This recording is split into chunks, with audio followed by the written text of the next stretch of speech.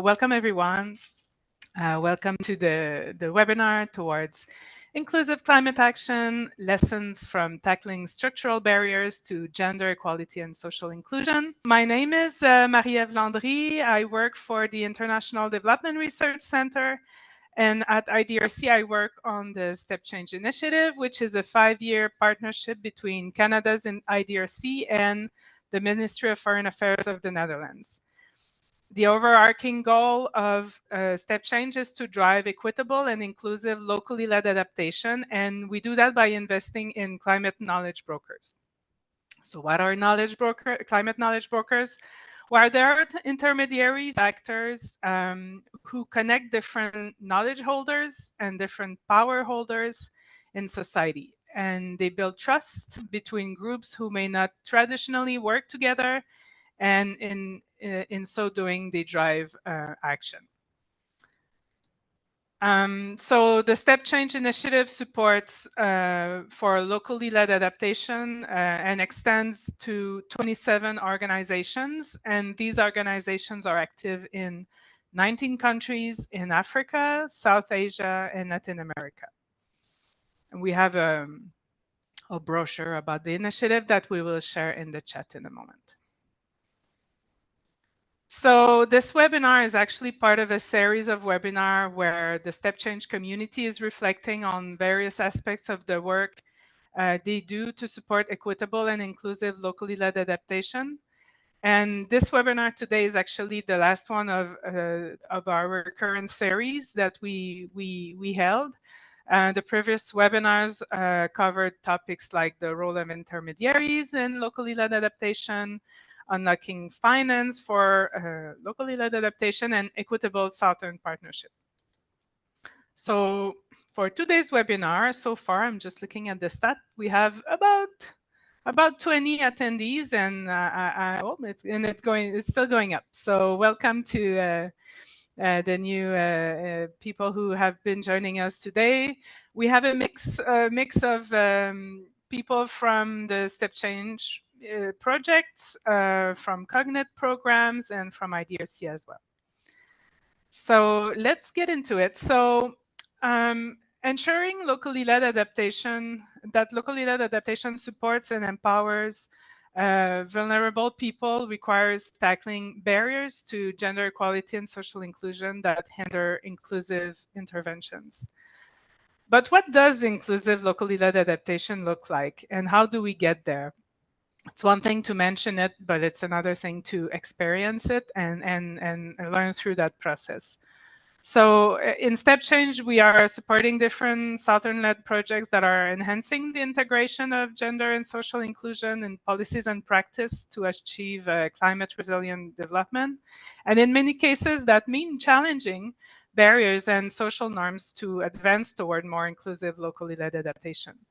So it's important for us to create spaces like this one today to learn more and reflect on these experiences and share the lessons that that are emerging from these complex processes.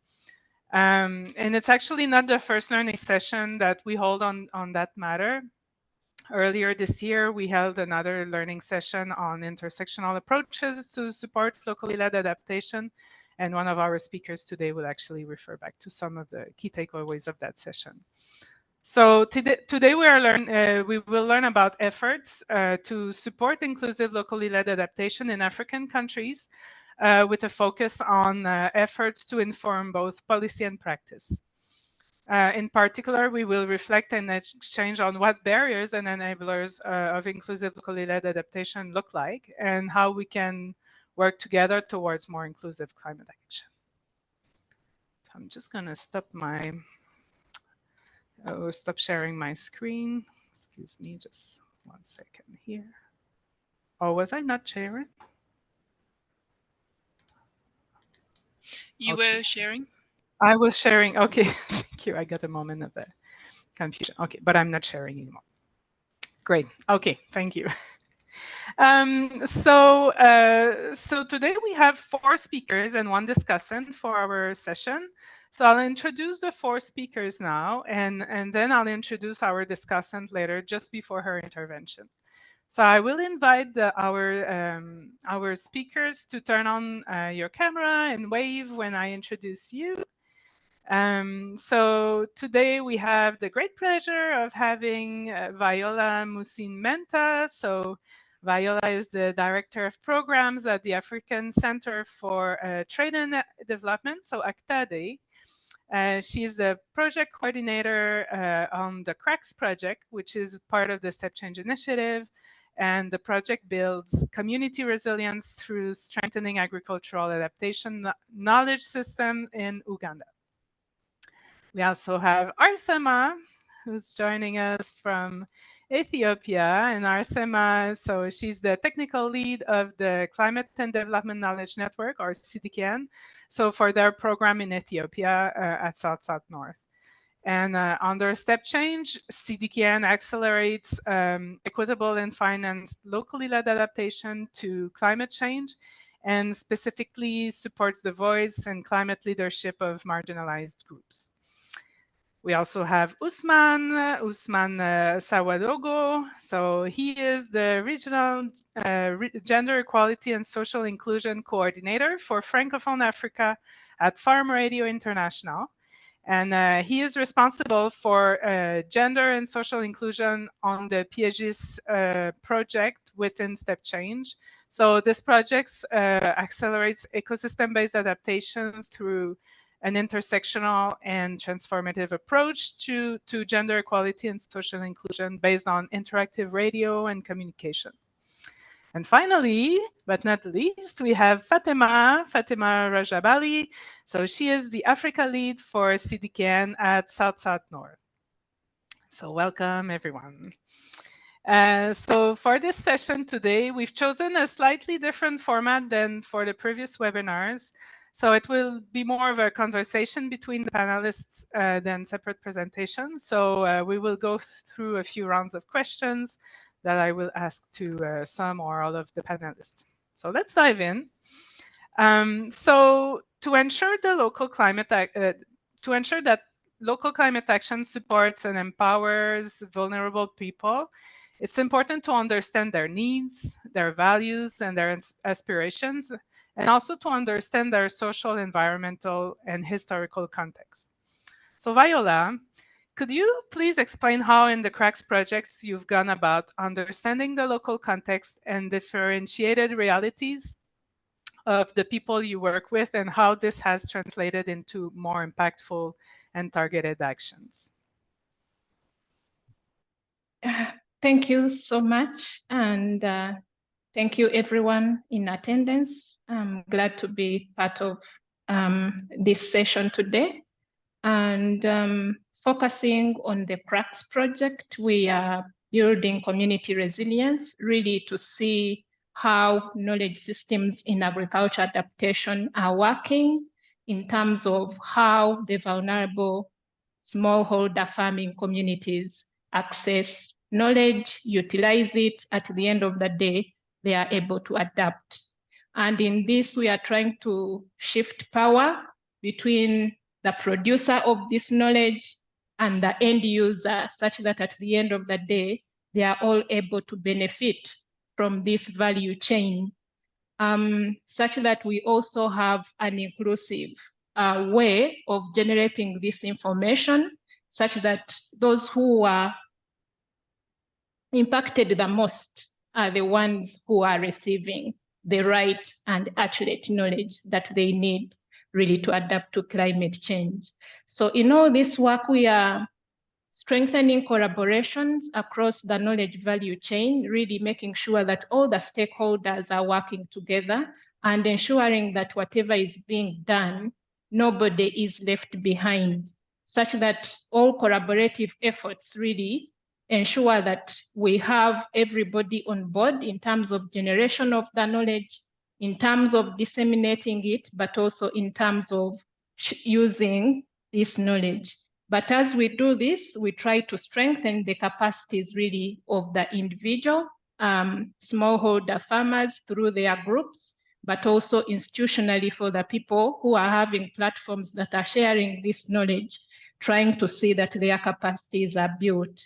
And at the end of it all, we hope that we shall be able to contribute to addressing the gender and social barriers that are affecting the smallholder vulnerable communities that are trying to adapt to the impacts of climate change at the end of it all.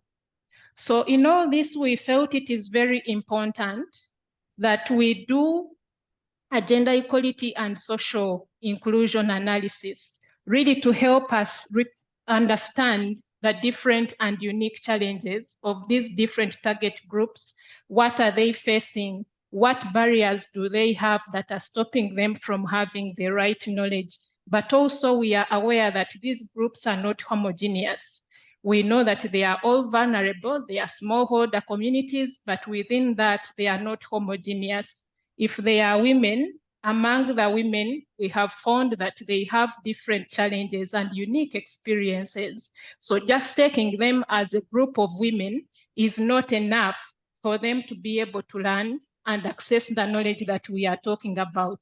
There are challenges of illiteracy, poverty, in terms of age, and some of the examples we are identifying show that, for example, you have a youth group which includes girls, and these young women, really, some of them have given birth at a young age, but they are discriminated against by their fellow female youth because they feel now these fall under the category of adults because the fact that they have a child, and therefore they are not comfortable sitting in a group where you're talking about climate change adaptation together with their fellow youth.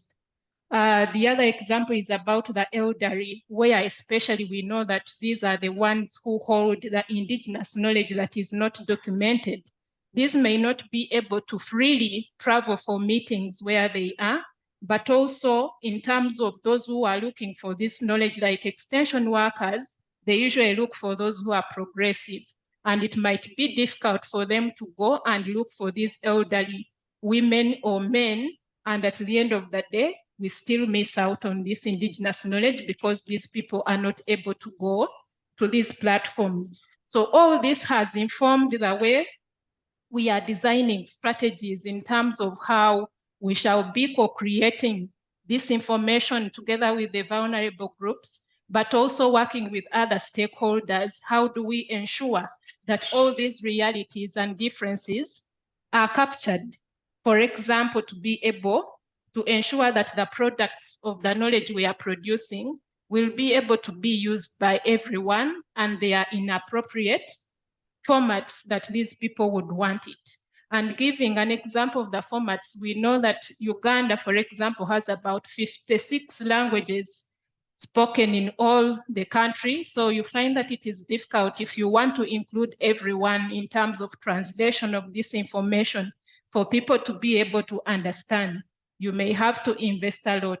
And therefore, this information is informing how we are designing the different interventions to make sure that the knowledge reaches everyone. We are becoming more intentional to ensure that we reach out to these groups through their existing structures, identifying champions within these groups to ensure that we are able to send information as much as possible, but also offering the safe spaces where they can be able to come and discuss their unique and specific challenges and design solutions or identifying solutions together such that we are able to learn together at the end of it all. So there are also norms that affect these vulnerable groups that we have talked to. For example, you find in the northern part of Uganda, one of the locations that we shall be in, the women are not able to speak because their father-in-laws are in attendance in a meeting. So if I want to transfer knowledge through this platform where I'm calling everyone in a meeting, how would I do it to make sure that everyone is involved where such norms exist? So it is really trying to study these norms, these barriers, specific realities and identities, such that at the end of the day, we are able to bring everyone on board for better knowledge co-creation, dissemination, and utilization at the end of it all for better adaptation. I thank you. Thank you, Viola. Yes, well, very interesting. The important to be intentional and understand those challenges and the norms and then craft very context specific strategies and create safe space. Very interesting points. Thank you. Now I'll turn to Ousmane and I'll speak in French. Donc, je vais maintenant poser la même question à Ousmane en français. Donc, Ousmane, dans le cas du projet Piégis, pourriez-vous nous expliquer comment vous avez procédé pour comprendre le contexte local et les réalités différenciées des personnes avec lesquelles vous travaillez et comment cela s'est traduit par des actions plus efficaces et plus ciblées? Okay. Merci beaucoup, Marie-Ève. Merci pour l'opportunité qui est offerte à RRI. Il faut dire que le projet Piégis est mis en œuvre au Burkina Faso et il a pour objectif activer le changement dans le domaine d'adaptation au changement climatique pour une approche en tout cas intersectorielle. Entre autres, il faut amener une compréhension commune, le renforcement des capacités et l'information sur les politiques et les processus. Pour ce qui concerne votre question précise, il faut dire que nous avons une approche en tout cas participative de conception des radios. C'est-à-dire que dans l'identification des radios, nous faisons en sorte que ce soit des radios en tout cas qui soient mieux écoutées, les radios aussi accessibles à tout le monde. Il y a aussi l'identification des thématiques en tout cas qui soient vraiment adaptées au contexte, aux réalités de la communauté et la co-création de façon participative. Ensuite, nous avons une étape qui concerne le renforcement des capacités. Qu'est-ce que cela doit se faire? Nous avons un programme qui consiste en tout cas à renforcer les capacités des radiodiffuseurs et les radiodiffuseurs sur comment programmer les émissions en fonction des réalités des femmes, des jeunes et des autres groupes marginalisés. Il y a aussi des rudiments, des techniques que nous transmettons à ces radiodiffuseurs et des radiodiffuseurs à comment mobiliser de façon pérenne les femmes pour la participation de nos activités. Il y a aussi des questions sur les sujets sensibles ou des aspects sensibles. Comment il faut arriver en tout cas à aborder ces sujets-là à l'antenne pour permettre en tout cas à l'appropriation de la population de façon participative. Il y a aussi la production et la diffusion des émissions genre transformatives. Et tout ça est combiné avec notre outil magique que nous appelons Illusa, qui permet en tout cas de recueillir les informations, les questions pour pouvoir en tout cas mettre en corrélation avec ce que nous avons recueilli sur le terrain à travers notre recherche formative. Il s'agit de quoi? Il s'agit d'aller sur le terrain, recueillir en tout cas les avis, les opinions en tout cas des hommes, des femmes sur le terrain pour pouvoir en tout cas mettre en relation avec ce que nous avons collecté au niveau de notre recherche formative. Est-ce que les thématiques qui sont identifiées sont vraiment en phase avec les réalités, en tout cas de la communauté? Est-ce que ce que nous avons l'intention de programmer sur le terrain, les activités qui seront déroulées, est-ce que la couverture, est-ce que les radios que nous avons identifiées sont en phase en tout cas avec les besoins de la communauté? Il faut dire que Elisa, c'est vraiment l'outil magique qui permet en tout cas de confirmer ou d'infirmer en tout cas ce que nous avons identifié ou ce que nous avons proposé. C'est un outil où nous récoltons les opinions qui nous permettent en tout cas de rectifier ou d'orienter les programmes en tout cas d'émission. Et ça se fait de façon simultanée et c'est destiné aux auditrices ou aux auditrices ou en tout cas notre public cible sans intermédiaire. C'est ça aussi l'avantage. Nous avons la possibilité de recueillir directement les avis et les opinions en tout cas de ces communautés pour pouvoir en tout cas améliorer ce que nous avons identifié, pour pouvoir en tout cas orienter davantage ce que nous avons eu sur le terrain pour pouvoir dérouler nos programmes au niveau de nos émissions. Merci. Merci Ousmane. Peut-être juste préciser au niveau de Oulissa, vous parlez d'une plateforme en ligne, n'est-ce pas, interactive, disponible dans plusieurs langues, c'est bien ça? Juste pour nos auditeurs. Oui, Ulyssa est traduit en tout cas en plusieurs langues. Généralement, c'est la langue de la communauté. Donc, nous avons la possibilité en tout cas de faire une traduction, en tout cas adaptée à la langue de la communauté pour permettre en tout cas de récolter les opinions, les avis des femmes, des hommes et des groupes vulnérables au niveau de la communauté. Donc, ce sont des questions courtes en tout cas qui permettent de faire un sondage, de recueillir les opinions, de recueillir les constats, en tout cas qui reflètent vraiment les réalités des hommes et des femmes, les groupes vulnérables de la localité. Donc, toutes les échanges, en tout cas, sont faits, en tout cas, à travers la langue de la localité. C'est vraiment, d'ailleurs, le moyen efficace et efficient pour pouvoir, en tout cas, avoir les réalités qui se passent au niveau de la communauté. Voilà pourquoi je parle de façon participative. Merci, Ousmane. So thank you both. Yeah, very important points and different tools and ways to collect further information and engage with different targeted groups and try to understand and unpack better their unique realities and how to then have strategies and be able to co-create and validate this with them along the way. Thank you very much.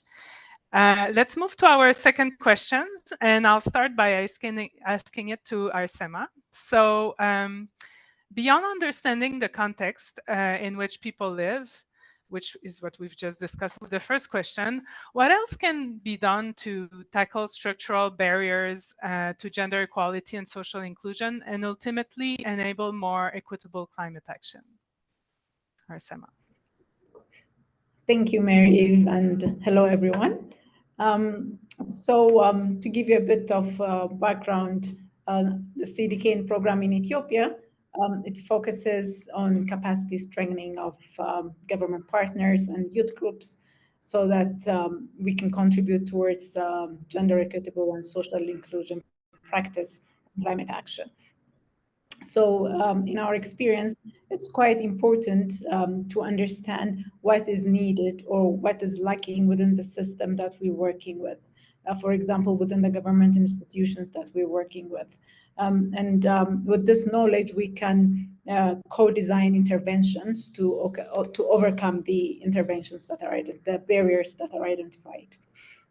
To share our experiences, we started back in 2019 with a scoping study to understand how climate actions are being planned, focusing on two institutions that were responsible for coordinating climate actions in Ethiopia, namely the Ministry of Finance and the Environment Commission then. So we try to understand how their gender units and their climate units are working, if they are collaborating when it comes to program planning and implementation. And the results showed that they are not, that there was no collaboration between these departments. And there were two key barriers that were identified. One was capacity, limited capacity. Another was lack of platform where people or cross-sectorally where they can engage and learn from one another. So when it comes to capacity, it was basically understanding what the link is between gender, social inclusion, and climate actions. So our intervention were designed to address this identified barriers, and we've been carrying out different activities towards this to support the government partners, and it included designing training modules that took the context of Ethiopia into consideration. These are interactive training modules that included PowerPoint presentation, games, and case studies.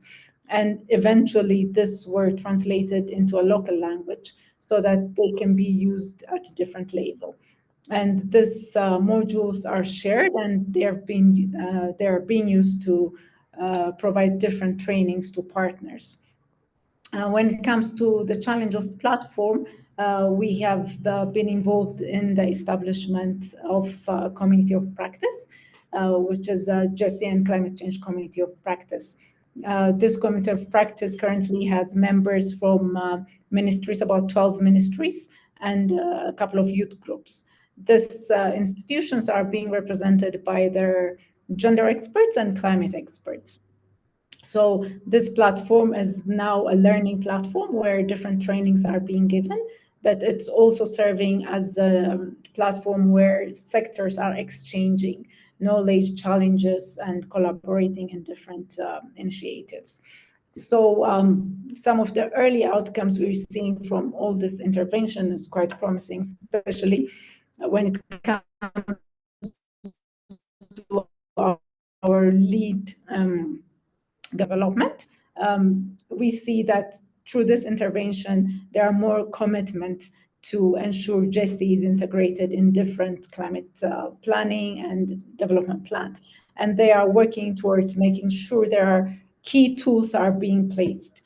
For example, having their own GESI training manual, GESI mainstreaming tool. And currently, they're also carrying out a GESI capacity gap assessment within the ministry. So I think these are early stages of tackling barriers that can lead to equitable climate actions. So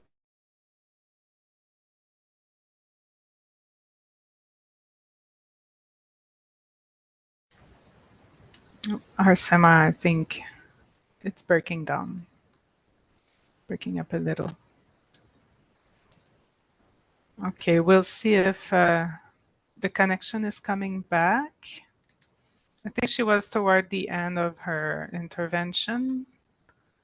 Okay, let's see. I'll give her an opportunity to close maybe at the end of the cycle of responses to that question.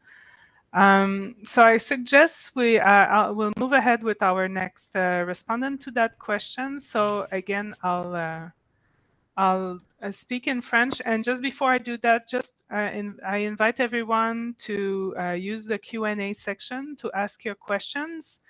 I see there's a question for Ousmane, but wait a moment because I'm about to ask you another question, Ousmane. So we'll just wait a moment to answer that one for whomever has been asking it.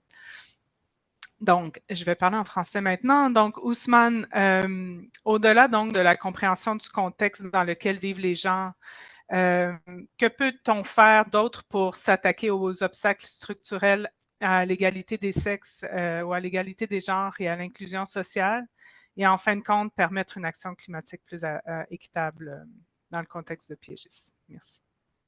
Et merci beaucoup, Marie, pour la deuxième question.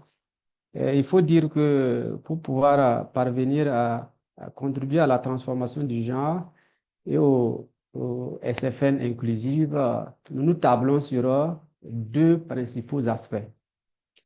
Le premier aspect concerne en tout cas la transformation au niveau du contenu de ce que nous mettons en œuvre.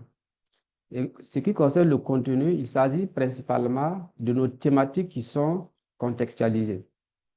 Il faut dire que pour pouvoir en tout cas mettre en œuvre nos différentes actions, il faut d'abord identifier une thématique qui soit contextualisée, qui reflète les réalités, les besoins pratiques, les intérêts stratégiques en matière de solutions fondées sur la nature de la population concernée. Deuxièmement, nous avons un outil que nous appelons plan global.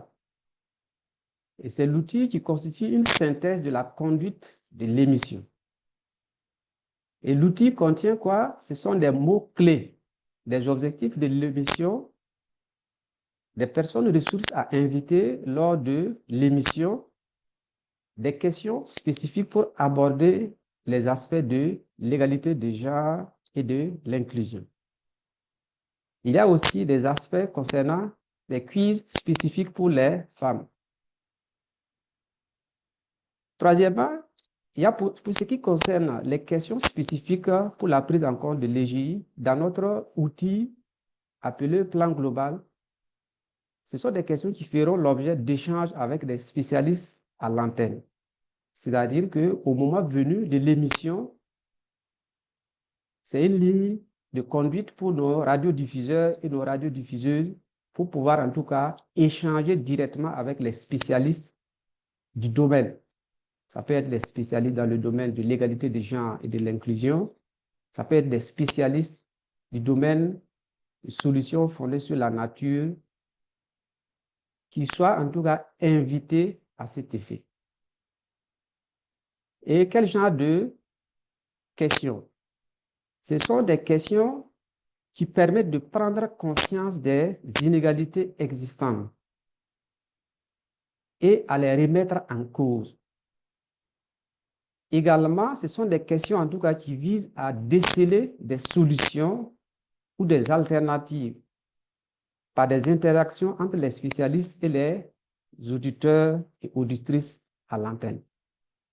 Donc, voilà les deux objectifs. Prendre conscience de l'existence des inégalités existantes dans le domaine des solutions fondées sur la nature, les remettre en cause et stimuler de sorte que nous puissions en tout cas avoir des solutions ou des alternatives avec bien sûr nos spécialistes invités et en même temps avec nos interactions. Je prends quelques exemples de questions. On pourrait peut-être partager des expériences sur, par exemple, les conséquences du non-contrôle de la Terre par les femmes. Ça peut être l'objet d'une question et on peut échanger avec des spécialistes. Et ou comment on associe les décideurs, généralement les hommes, en tout cas dans la remise en cause des pouvoirs. Ça peut être une question ainsi permettant en tout cas d'aller en profondeur sur les inégalités. Il y a aussi une question concernant, par exemple, les capacités des femmes à contribuer efficacement à l'amélioration de la productivité agricole. Deuxième grand point, c'est la mise en œuvre de nos actions. Et pour ce qui concerne la mise en œuvre, nous avons des techniques ou des stratégies, en tout cas, qui consistent à stimuler la participation inclusive de tous et de toutes dans nos actions. À titre d'exemple, nous avons le jeu concours ambassadrice Ilia. Ça, c'est un concours, en tout cas, qui est organisé lors de la mise en œuvre de nos activités qui récompense les femmes dans la participation aux émissions. Vous savez que le plus souvent, dans nos contextes, les femmes sont réticentes à la participation et ce jeu consiste en tout cas à stimuler leur participation à travers les questions, les petites questions et des réponses. Les femmes qui auront répondu à des questions précises, en tout cas, peuvent être récompensées. Et là, c'est un moyen de stimuler. Il y a aussi le prix LIE, qui est un prix, en tout cas, organisé annuellement pour récompenser la meilleure radio genre inclusive. C'est-à-dire que nous essayons de lancer le prix et les radios vont postuler par rapport à leur programmation et leur production. Nous évaluons la meilleure radio qui est prise en compte, en tout cas, l'égalité des genres et de l'inclusion dans son émission et la radio est primée. Il y a également le groupe d'écoute communautaire des femmes.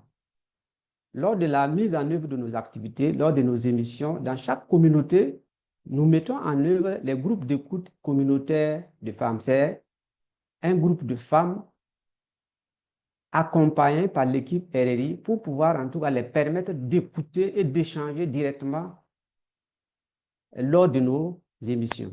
Nous collaborons avec elles, nous les valorisons, nous les responsabilisons afin de les permettre en tout cas à ce qu'elles soient vraiment nos partenaires. Et quand vient la période, le déroulement des émissions, ce sont des femmes qui interagissent à la radio, qui échangent avec nos spécialistes, qui échangent avec nos radiodiffuseurs et diffuseurs. Donc, nous effectuons des sorties, des visites à ces groupes d'écoute communautaire. Nous échangeons avec eux, avec elles, pour pouvoir en tout cas les permettre d'être au courant, de les mettre au courant et d'échanger directement par rapport aux difficultés rencontrées dans la mise en œuvre.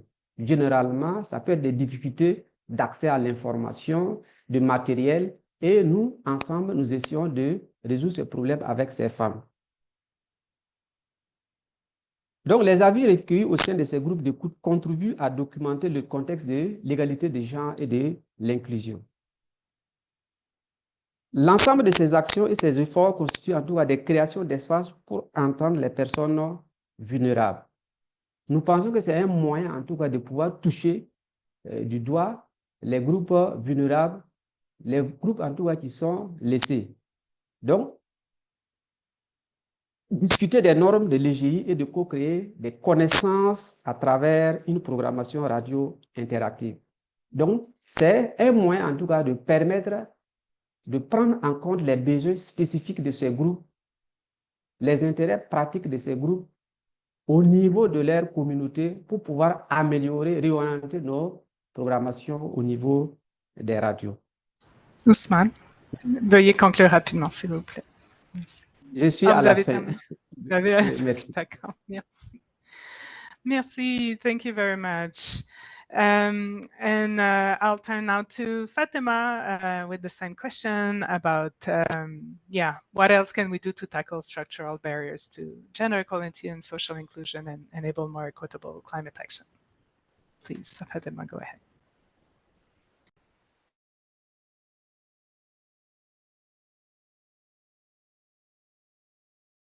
Maria, I just want to confirm you asked me to say something because I can't hear you.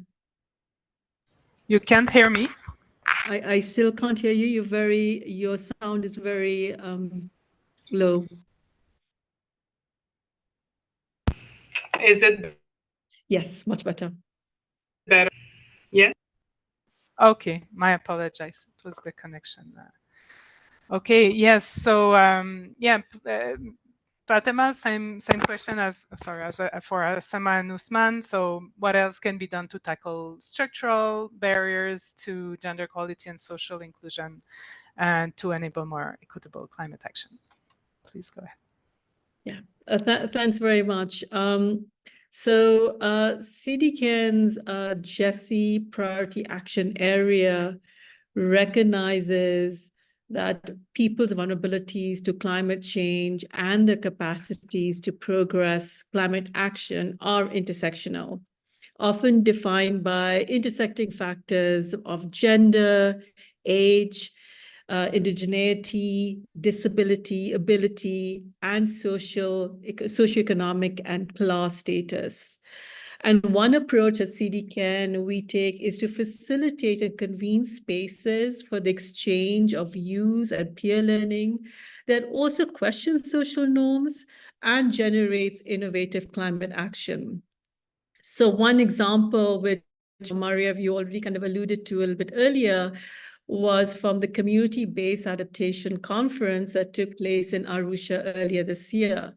So in partnership with ACTAD and the Climate Justice Communities Program in Zambia, CDCAN and IDRC co-convened a peer learning session to discuss what locally led adaptation looks like, and when intersectionality is intentionally considered as part of the intervention.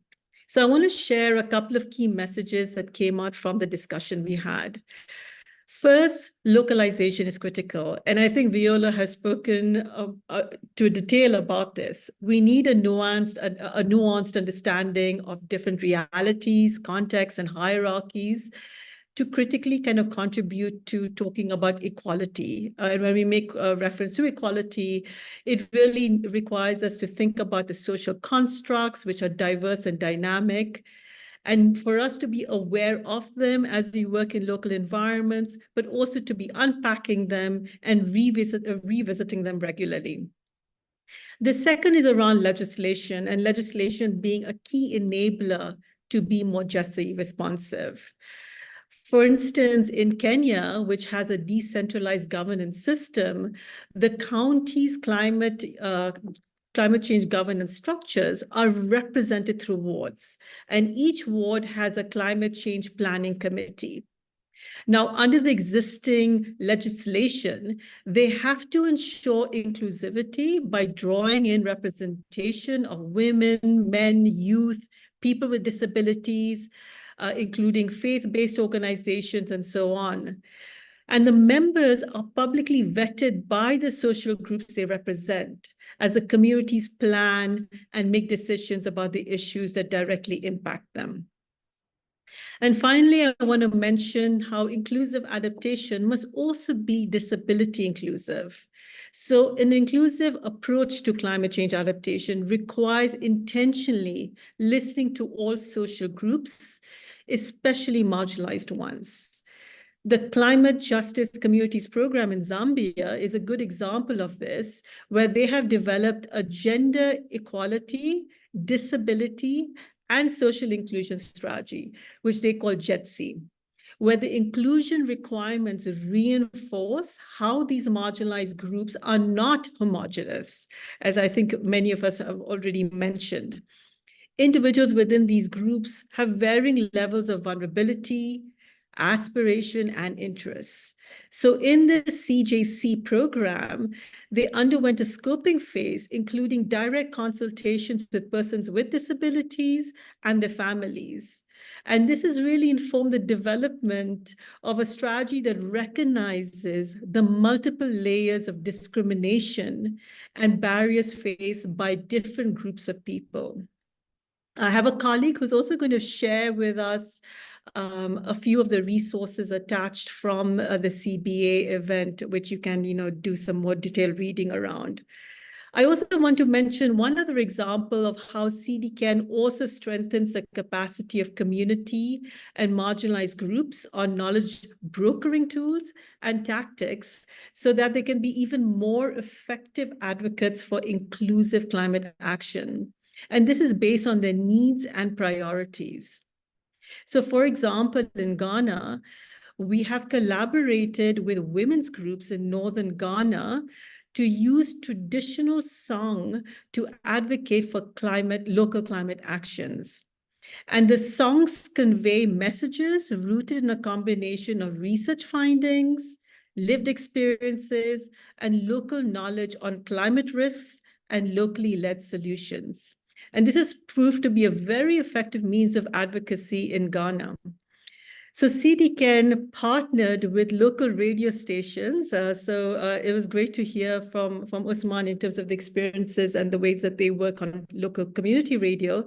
So CDCAN also used local community radio stations and local radio stations and use recorded songs that were broadcast across 200 communities in 2 different municipalities, with some of these selected women being interviewed through radio discussions, further amplifying their messages.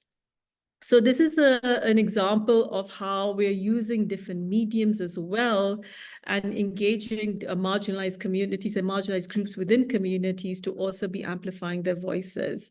Again, my colleague is going to share some resources attached to this particular project, which you're welcome to kind of access at a later point. Thanks. Back to you.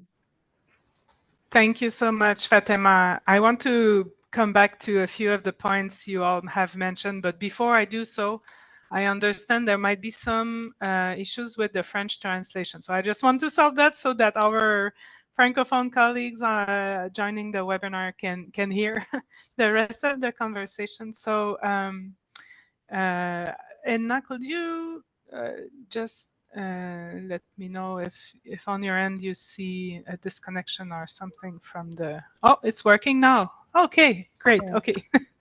Thank you. Sorry, but to make sure it's an inclusive event, we want to make sure we fix interpretation issues quickly so that everybody benefit and can fully understand and join the conversation during that session.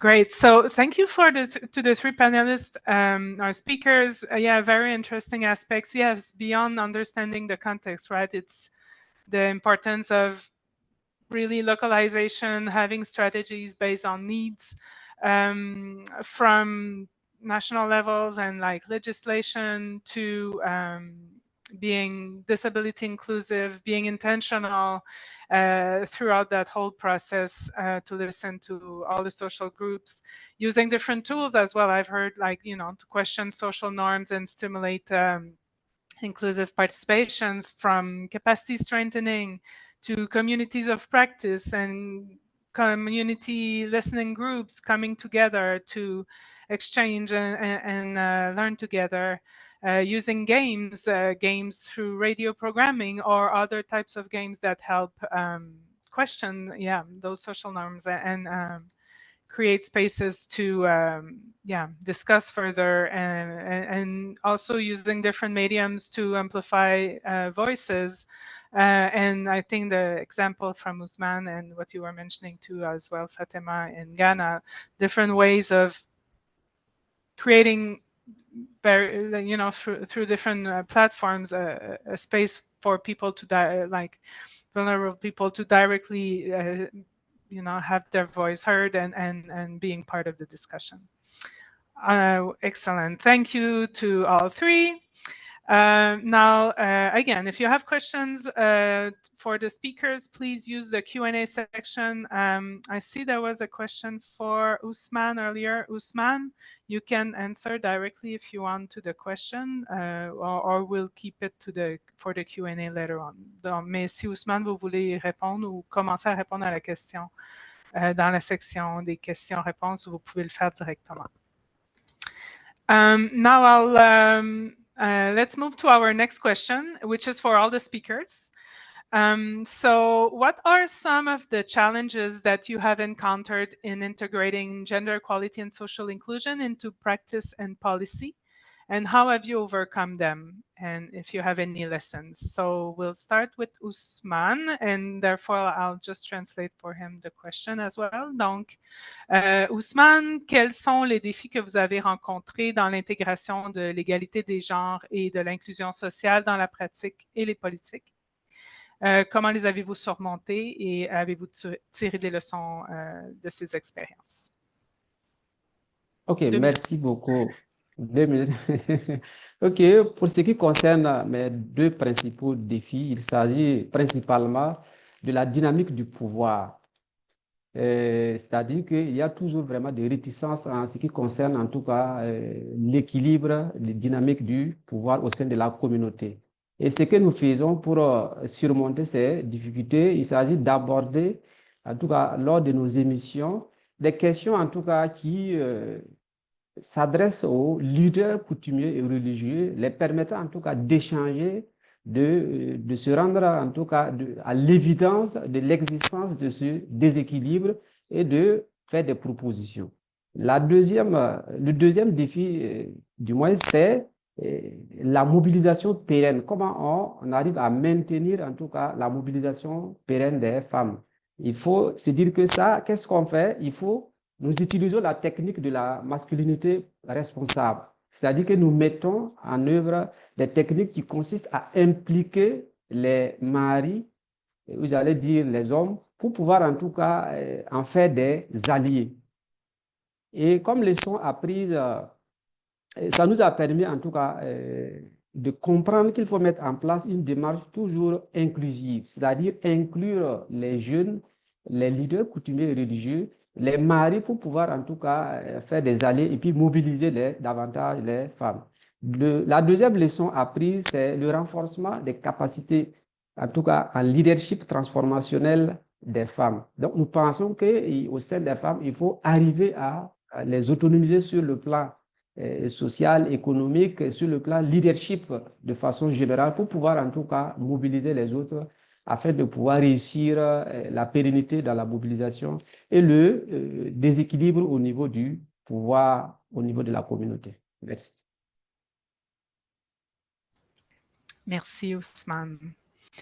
Now I'll invite Viola to respond to that same question about the challenges that you've encountered in integrating gender equality and social inclusion into policy and practice. Viola, go ahead. Thank you so much. Some of the challenges we are facing is that as said, we know that we have now understood the realities and the different challenges faced by these categories of people. But now, how do you now integrate them in an already planned project? So in terms of identifying realities, for example, related to people with disabilities, where you find that maybe somebody is not able to move to the location where you would wish them to go to, or you need a sign language interpreter, and you already have a predetermined budget, but these are realities on the ground and sometimes too expensive to integrate in an already moving project. Therefore, it becomes so difficult is that you may not be able to really integrate all the identities and realities you have found on the ground. But what we are doing is really to ensure that through collaborations, especially, and looking for linkages and networks, especially for those who have structures, like for people with disabilities, how do we ensure that information reaches them through their structures, because we may not be able to get translators, sign language, and that is just one of the examples that we can give in this sharing. But there are other challenges really where you find limitations, because in most cases, our budgets do really have, project budgets do really have limited or no flexibility at all. So how do we ensure that these challenges are addressed working together with others, since we are also talking about collaborations, capacity strengthening of these structures on the ground to ensure that they can move the information within their groups and structures that they are already having. And maybe secondly, the other challenge I can share is related to the structures I have mentioned. The sustainability question. Sometimes you start with one structure which was already existing, but it also has challenges. So in terms of identifying leaders or nurturing them to ensure that you're working with them to move this information and co-create knowledge, for example, how do we ensure that this process is sustainable? There are as many people within the structure that can really work with you to transfer this knowledge to ensure that even if you're not there as a project, once you go, these people can be able to continue doing what you had started. So it is another challenge in terms of sustainability, because sometimes one person comes, is interested, you nurture, you mentor, you coach, then this person is the same one person that will keep on coming, and maybe others are not really well integrated into the process. And at the end of the day, there is a gap that is left. But we hope that as we continue working, there could be as many people as possible that we could work with to ensure that as the co-creation of this knowledge and sharing it, many people would come on board as we go by. But as reported also, is to keep on revisiting these things that we have identified to ensure that we have feedback, we continue the conversation with the people that we are working with, and at the end of the day, we hope that there will be some impact left on the ground. Yeah, thank you. Thank you, Viola. Fatima, please go ahead.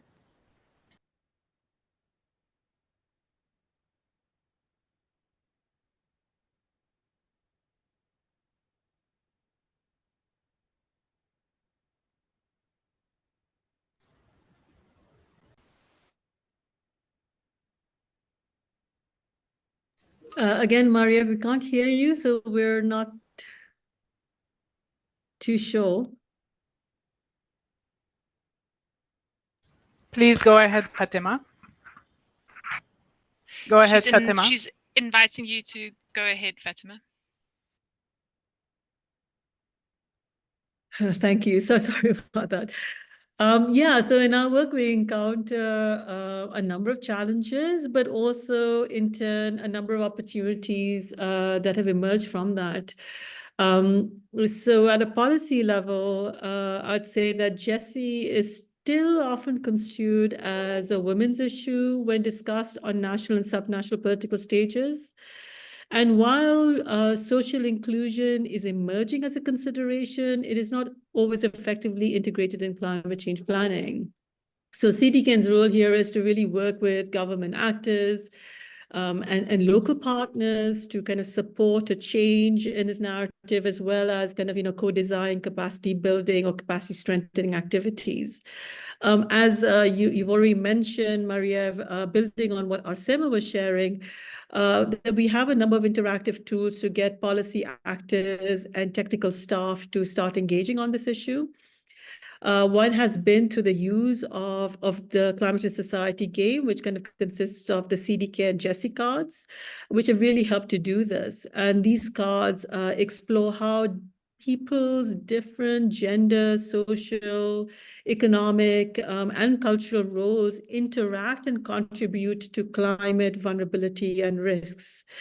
It also invites learning through supported discussion about helpful tools and tactics to empower diverse participation in climate change planning and implementation. So in the CDCAN Africa program, we have already been utilizing this in Ethiopia with great success. And building on that, in the next 2 years in Namibia, the CDCAN team there will be working on partnering with the Ministry of Gender Equality and Poverty Eradication and Social Welfare to again adapt the use of these cards for the Namibian context. Yeah, it kind of shows you how we are kind of continuously using the kinds of the tools that we've kind of pulled together and making sure that they speak to different needs and different purposes, given the various sort of localized needs that there may be. So my colleague will also share some of the resources attached to kind of accessing this interactive game, which is also open access and downloadable.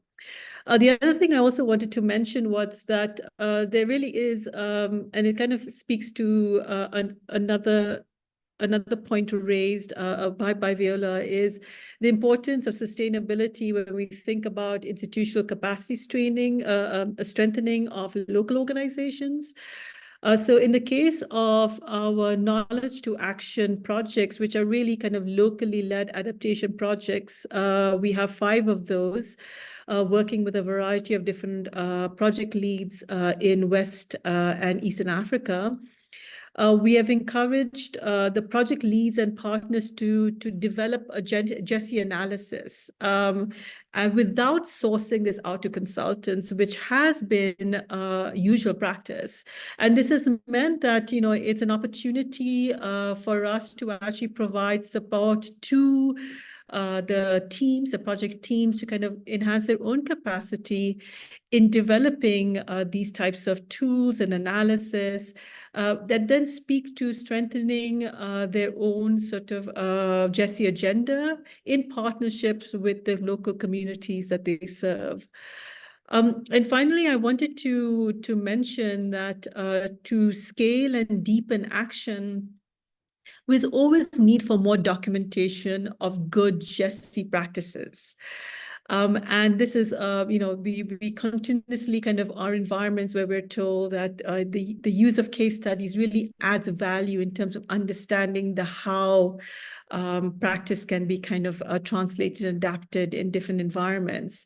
So CDCAN will be producing a number of good practice case studies and learning stories, which will be kind of co-created and co-produced with country colleagues and other national and local actors over the next couple of years. And this documentation not only feeds to kind of national needs, but also it's about shaping global processes that ultimately inform national policies. So for example, the UNFCCC's Enhanced Lima Work Program on Gender and Gender Action Plan will kind of, it's an opportunity for us to try and feed into some of the kind of programming that they're developing, but also informing it through the lessons learned from our respective work and the recommendations that emerge from our examples that are kind of built on over the course of the coming few years. We are also really kind of committed, and this is a real need and request from the constituted body at the UNFCCC, is to actually engage in national focal points by inviting them to engage in events, but also about sharing resources and opportunities to kind of be promoting cross-learning with them involved. Yeah, thanks. Thank you, Fatima. And now Arsema, to that same question, please go ahead. Thank you. So just to share a challenge that we've recently faced as working with government partners, one of the challenges recently faced was restructuring of government institutions within Ethiopia. So we started working with one institution, two institutions actually, the CRG facility, which is the Climate Fund in Ethiopia, and the Environment Commission. But in 2023, the Ministry of Planning and Development took over the coordination of climate action. So we had to change our main partner, and we had to start engagement with MOPD as a new partner. So it was a setback, but what we tried to do to make sure there's a smooth transition is, one is using other partners who are already engaged with the ministry, so using them as entry points. Another is using our previous government engagements and achievements to start building trust. And also, once we start working with this ministry, we had to make sure that interventions are co-designed and that the needs of the ministry is addressed. So some of the lessons that we got through this processes was, one of course, is to have flexibility in our planning, to expect things, changes like this will come along the way, especially when you're working with government institutions. And it's also good to have allies in place that can attest to your previous engagement and help you build trust with new partners. So it's always good to also be ready to reset and start again whenever needed. But another thing is that the challenge also came with an opportunity. The Ministry of Planning and Development is not only responsible for coordinating climate action, but they're also responsible in facilitating national plans. They're also responsible in reviewing sector plans and approving them. So we got the opportunity to be engaged with a more powerful ministry that can actually influence national policies. So sometimes it's also good to recognize the opportunity that comes along with these challenges. Thank you. Thank you, Arsema. Wow, such a diversity of different challenges and ways to address them. I heard a lot about power dynamics, about the costs of having those different strategies for differentiated approaches and to reach the different targeted groups.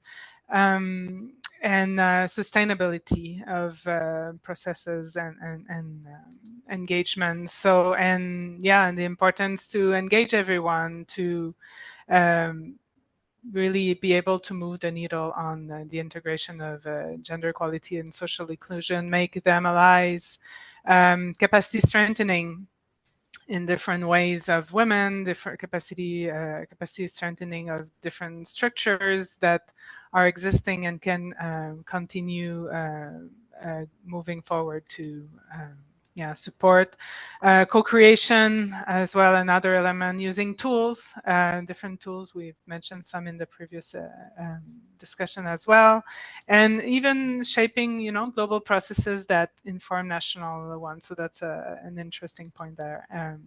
Yes, thank you, everyone. Final question, again, for everyone. A quick answer, please, 1 minute each. So in your experience, what is the #1 factor that is necessary to shift power dynamics and enable inclusive and locally led climate action? I'll start with Arsema. Please go ahead. Thank you, Mary. I'll say from our experience, targeted and intentional capacity building is quite critical. So it is important to know our targeted audiences and design capacity building or capacity strengthening intervention based on their needs and requirements. So I think it's when different groups, be it practitioners, local communities, government experts, when they are capacitated in a meaningful way, then it's possible to start the process of inclusive and locally led adaptation. So our intervention should not be a one-size-fits-all kind of approach, but must be targeted. Thank you. Thank you, Arsema. Fatima, go ahead.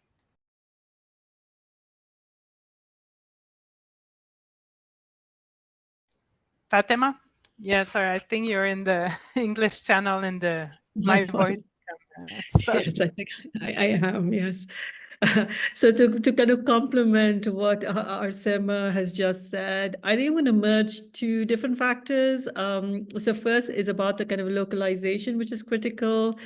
And second, it needs to be built on legislation that provides agency and legal protection to enable more inclusive action.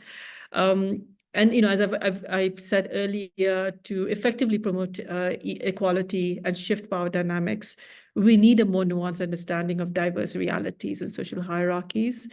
And domestic legislation and frameworks can help foster a more intersectional approach. Thanks. Thank you, Fatima. Viola, go ahead. Yeah, thank you. In addition to what has been said, I think really it is important that we go to the people who are facing these realities and challenges and offer or strengthen the spaces where they can feel comfortable talking about their challenges, in that at the end of the day, they are the ones informing whatever we are designing, whether it is capacity building, whether legislation, or all interventions related to adaptation. At the end of the day, they should be the ones to speak, and therefore they need their space where they can be able to talk comfortably, identify, discuss their challenges, but also they are the ones that could be having solutions, because to us, we know that these people have been living with these issues for some time, and they have been coping in one way or the other. Can we first understand the existing knowledge that they have, and therefore we build on it. We strengthen what they are already doing, but they are better in terms of talking to us in terms of the solutions, because at the end of the day, even for resources, we start with what they are having and add on and strengthen what they are doing. And we believe that with that, it could be very key to shift the dynamics that they are living with on the ground. Yeah.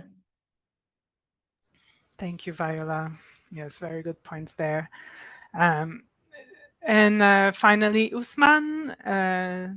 Donc, Ousmane, selon votre expérience, quel est le facteur #1 nécessaire pour changer la dynamique du pouvoir et permettre des actions climatiques inclusives et menées localement?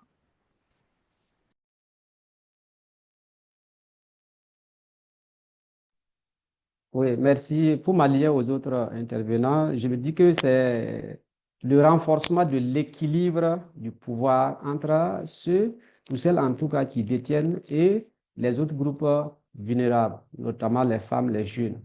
Et pourquoi je dis ça? Parce que étant une structure de communication pour le changement de comportement, il faut actionner.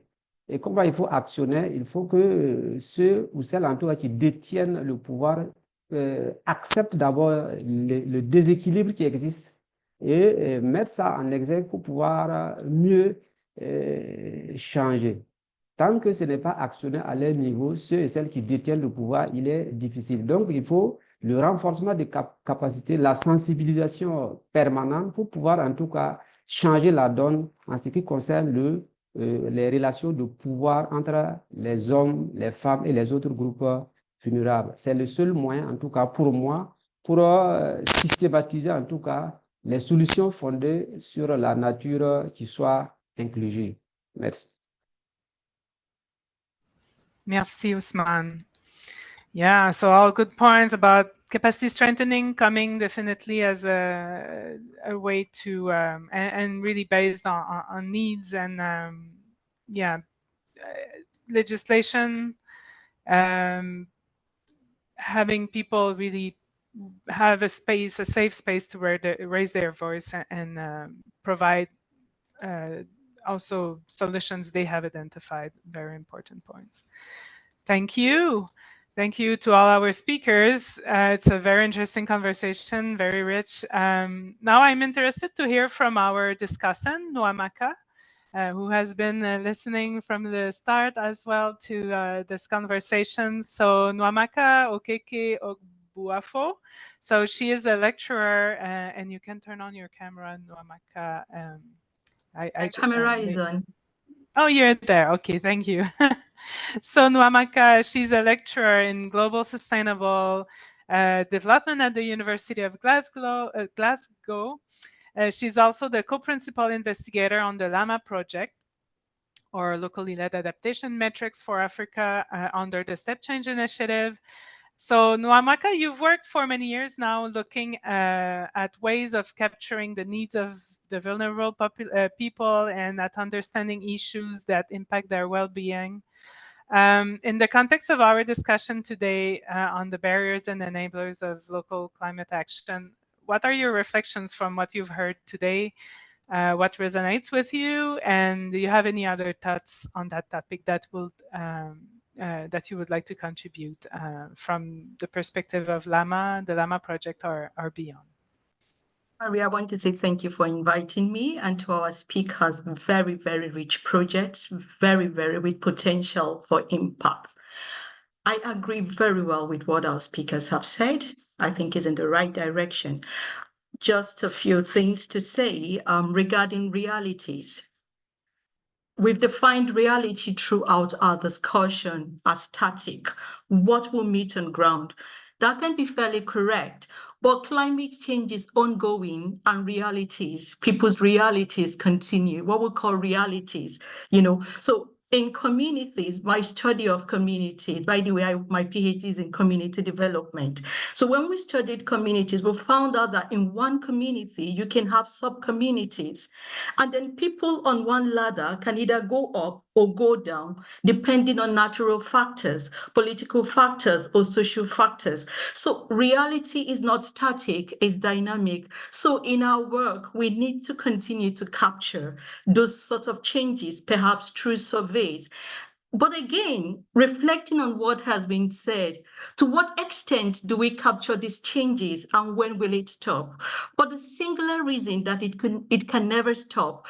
I think one key question, what I've been thinking about throughout all this discussion is, IDRC, Step Change, you're doing very well in funding all of this project. Very, very rich project. But at what point would government, take over when we transition? Because in terms of impact, it might take 10 years, it might, because climate change is ongoing.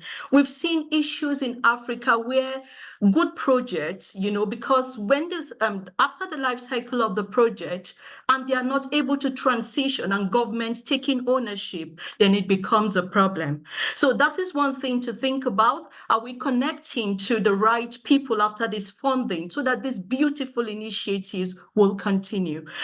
And the second thing I want to say, a way to mitigate that will be, we've already talked about how we are helping communities, but communities can be parts, can be more involved in terms of, for us to have sustainable impact, where communities can themselves form their own organization. So even when we are not able to transition, government is not able to take up this project at the end of IDRC Step Change, communities can at least help themselves with without looking out for organizations that will help them. So in terms of working with communities, there are soft skills that communities can learn from us, grant application and things like that.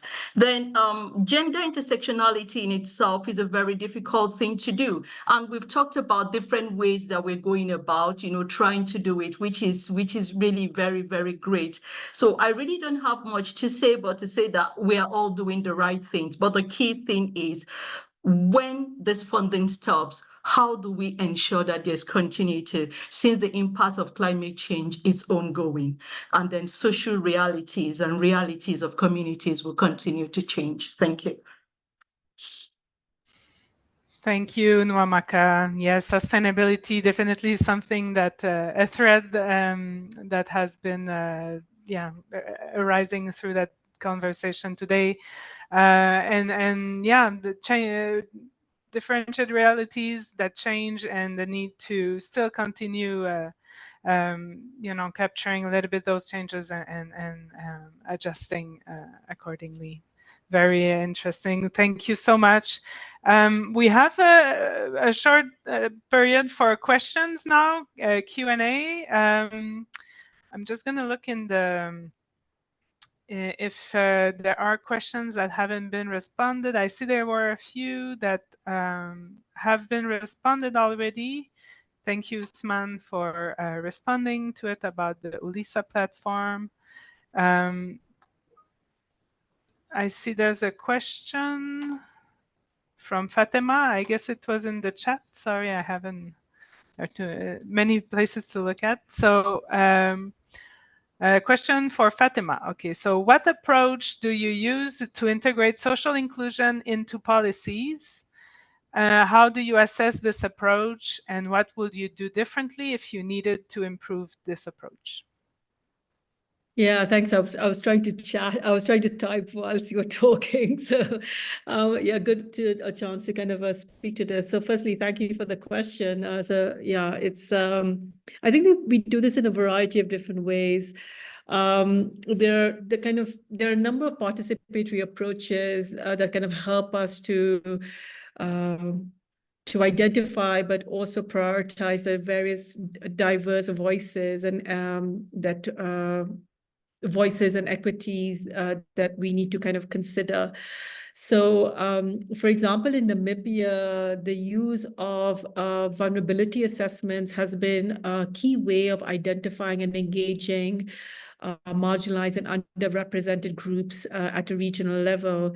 And that in turn has informed the kinds of strategies that the team utilizes to ensure that they are being carried through the project.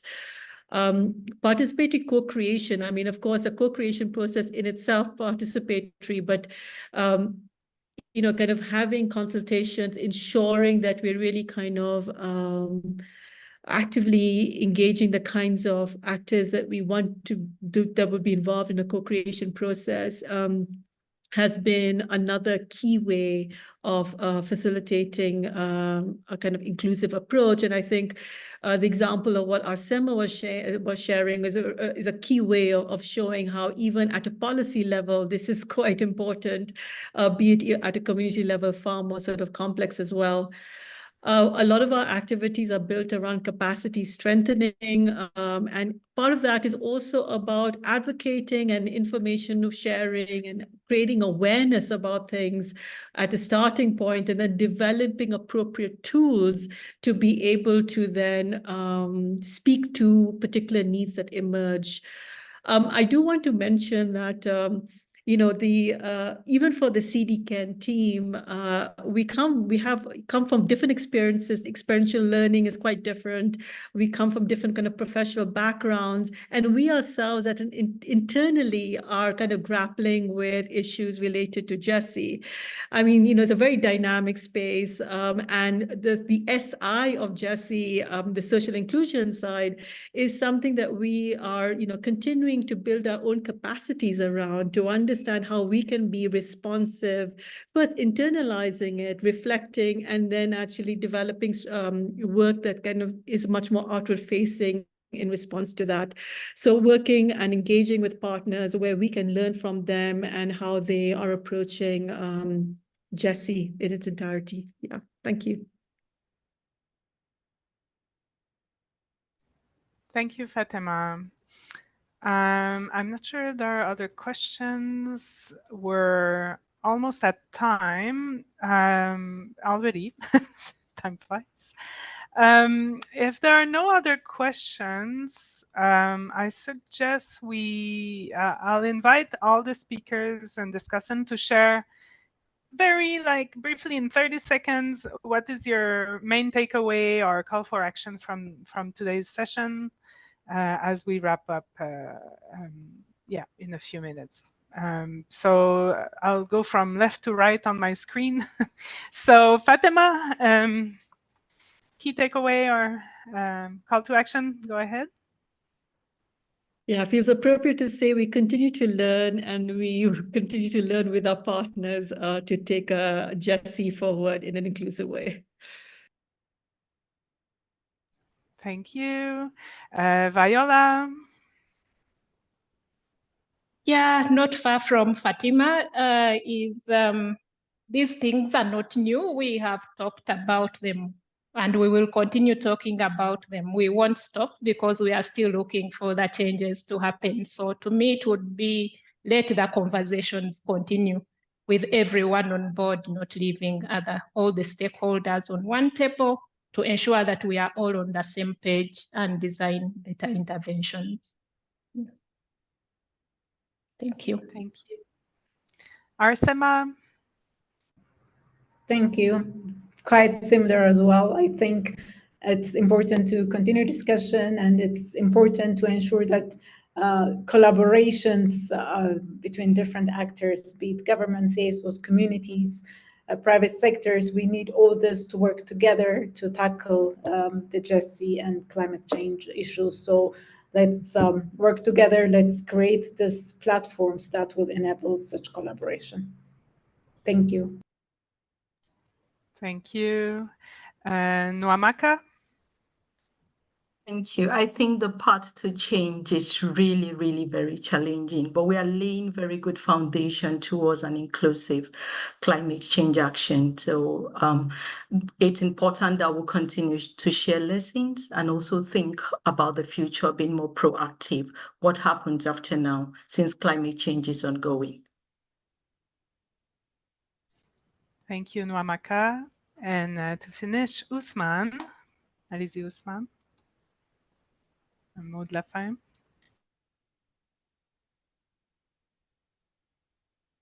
Ok, merci Marie. Comme mot de la fin, je voulais m'allier aux autres pour dire qu'il reste beaucoup à faire. Nous devrons faire davantage, nous devrons mener davantage des actions. Nous devrons redoubler d'efforts pour pouvoir en tout cas parvenir aux résultats en tout cas probants quand on regarde les défis qui sont relevés ici lors de cette réunion, la collaboration, l'équilibre du pouvoir, la co-création. Et tout ça là, ce sont des exemples en tout cas qui prouvent que nous avons beaucoup à faire et nous devrons toujours collaborer, continuer de collaborer pour pouvoir atteindre les résultats. Merci. Merci beaucoup, Ousmane. Thank you, everyone. Thank you to all the speakers and the discussant. There's much more to add at this point, but it has been a very interesting conversation. And yes, let's continue discussing and sharing lessons, definitely. Within Step Change, we're really intentional in continuing doing that. Actually, we will be continuing the discussion on that topic and sharing lessons at the Step Change Learning Review, which will be an in-person event in early 2025. And we'll have other spaces around strategic events like CUP and others where we'll be convening and continuing the conversation. So stay tuned for some other opportunities to engage with us on those discussions. Thank you again, to our great speakers and discussant for joining us today, and to all of you for being such interested in the conversation. If you want the recording of this webinar or the previous ones, just contact us by email at stepchange@idrc.ca. I think one of my colleagues will be posting the email address in the chat. Thank you again, everyone. We're 2 minutes ahead of time, so I'll give you back 2 minutes, and thank you. We'll be talking shortly. Bye, everyone.